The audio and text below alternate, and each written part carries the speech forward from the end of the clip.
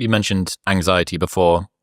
Imagine how effective you'd be if you weren't anxious all the time, is one of yours. And anxiety is the emotion du jour of the 21st century. And lots of driven people, very anxious, very paranoid. That's what's caused them to be effective. They pay so much attention, detail-oriented, not letting things go, staying up at night, thinking about it. That's the paranoia coming in. What have you come to learn about anxiety and dealing with it? So anxiety and stress are interesting. They're very related. Stress is when, like if you look at an iron beam, when an iron beam is under stress, it's because it's being bent in two different directions at the same time. So when your mind is under stress, it's because it has two conflicting desires at once. So for example, you want to be liked, but you want to do something selfish, and you can't reconcile the two, and so you're under stress. You want to do something for somebody else, you want to do something for yourself, right? These are you don't want to go to work, but you want to make money, so you're under stress, right? So you have two conflicting desires. And I think one of the ways to get through stress is to acknowledge that, oh, I actually have two conflicting desires. And either I need to resolve it, I need to pick one and then be okay losing the other, or I will decide later. But at least just being aware of why you're stressed can help alleviate a lot of stress. And then anxiety, I think, is sort of this pervasive, unidentifiable stress where you're just kind of stressed out all the time and you're not even sure why. And you can't even identify the underlying problem. And I think the reason for that is because you have so many unresolved problems, unresolved stress points that have piled up in your life that you can no longer identify what the problems are. And there's this mountain of garbage in your mind, and it's a little bit of it poking out the top like an iceberg. And that's anxiety. But underneath, there's a lot of unresolved things. And so you just need to kind of go through very carefully every time you're anxious. Like, okay, why am I anxious this time? I don't know why. Oh, well, let me sit here and just think about it. Let me write down what the possible causes could be. Let me meditate on it. Let me journal. Let me talk to a therapist. Let me talk to my friends. Let me just kind of see, like, when does that stress go away? If you can kind of identify and unravel and resolve these issues, then I think that helps get rid of anxiety. A lot of the anxiety is piled up because we move through life too quickly, not observing our own reactions to things. We don't resolve them. So this goes counter to what I was saying earlier about not reflecting too much on things. But you reflect on the problems to observe them and solve them. You don't reflect on them to feel better about yourself. To indulge them. Well, if you're doing it to just feel better about yourself, that could be strengthening your personality and your ego, and could be creating a more fragile personality. One big anxiety resolver for me is just ruminating on death. I think that's a good one. You're going to die. It's all going to zero. You cannot take anything with you. And I know this is trite, and I know we don't spend enough time thinking about the big questions. We kind of give up on them when we're very, very young. A little child might ask the big questions like, why are we here? What's the meaning of life? What is this all about? Is there Santa Claus? Is there God? But then as adults, we're taught not to think about these things. We've given up on them. But I think the big questions are the big questions for good reasons. And if you can keep the idea in front of you at all times that you're going to die and that everything goes literally to zero, what's there to stress about? Yeah, for better or worse, life is very short. How should people deal with its briefness? Enjoy it. Make the best of it. It's even briefer than that. Each moment just disappears. It's gone. There's only a present moment, and it's gone instantly. So if you're not there for it, if you're stressed out or you're anxious or you're thinking about something else, you missed it. So any moment when you're not in that moment, you are dead to that moment. You might as well be dead because your mind is off doing something else, or living in some imagined reality that is just a very poor substitute for the actual reality. So one of my recent realizations was, what is wasted time? What is a waste of time? So I don't like to waste time, but what is wasted time? And everything is wasted time in a sense because nothing matters in the ultimate.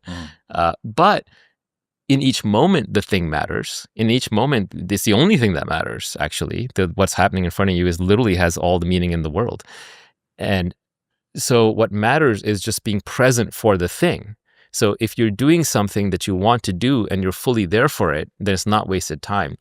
If you don't want to do it and your mind is running away from it, and you're reacting against it, and you're wishing you were somewhere else, and you're thinking about some other thing, or you're anticipating some future thing, or regretting some past thing, or being fearful of something, then that's wasted time. That's time that's being wasted when you're not actually present for the reality in front of you. So my definition of wasted time, yes, I do want some material things in life, and there are things that have more value than others within this life, but this life is very short and bounded. So the true wasted time is a time that you're not present for, when you're not there for it, when you're not doing the thing you want to do to the best of your capabilities such that you're immersed in it. If you're not immersed in this moment, then you're wasting your time.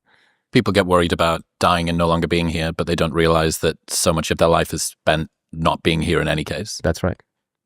And I think people crave being here for it. And when you're here for it, you're actually not thinking about yourself. You are more immersed in the thing, the moment, the task at hand. We don't want peace of mind. We want peace from mind. That's right. Yeah, you don't peace. The mind is what can eat you alive if you let it. And there's more to you than the mind. How so? Well, I mean, the very. If I don't want to disassemble the body, so to speak, right?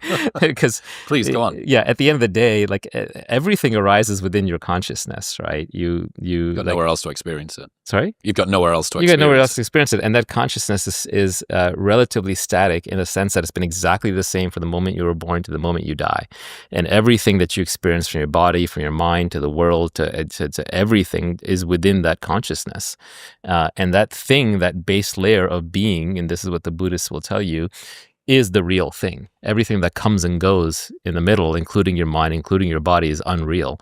And trying to find stability in those transient things is your castle that you're building on sand that's going to crumble. Life is going to play out the way it's going to play out. There will be some good and some bad. Most of it is actually just up to your interpretation. You're born, you have a set of sensory experiences, and then you die. How you choose to interpret those experiences is up to you, and different people interpret them in different ways. Yeah, it's the old line about two people walking down the street. They're having the exact same experience. One is one is happy, one is sad, right? It's a narrative in their heads. It's how they choose to interpret. So I think when I said that, it was a long time ago, I was talking more about having positive interpretations and negative interpretations. But these days, I think it's better just not to have any interpretations. And to just allow things to be. You're still going to have interpretations. You can't stop it, and nor should you try. But even that having an interpretation is just a thing you can leave alone. Yeah, I really want to try and just dig in a little more to the best way to remind people that they should value their time.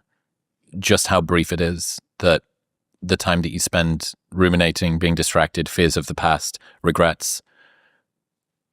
Well,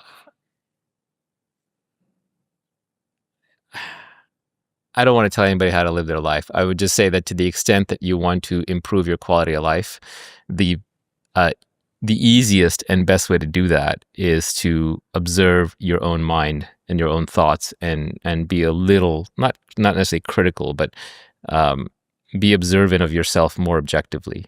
And then you'll kind of realize your own loops and patterns. It takes time. It's not overnight. It's not instantaneous. So you mean letting go is not a one-time event? Yeah, and there's letting go is not necessarily even the right answer. Like, yes, if you're trying to be an enlightened being and you want to live like a god and everything's gonna be perfect and be a Buddha, sure, you can let go. But I think in practice, it's actually quite hard to do.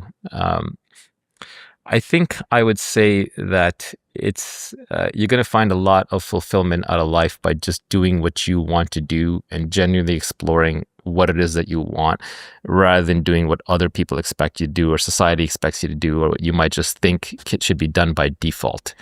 I think most older successful people will tell you that their life was best when they lived it unapologetically on their own terms.